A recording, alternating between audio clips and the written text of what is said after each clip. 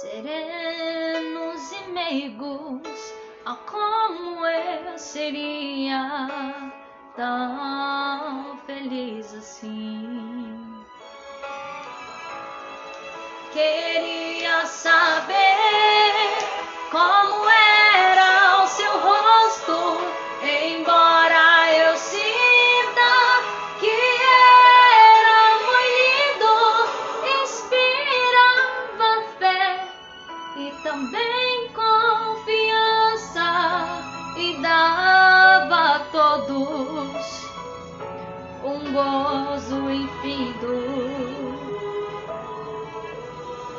ao ver as gravuras dos quadros pintados daquilo que dizem ser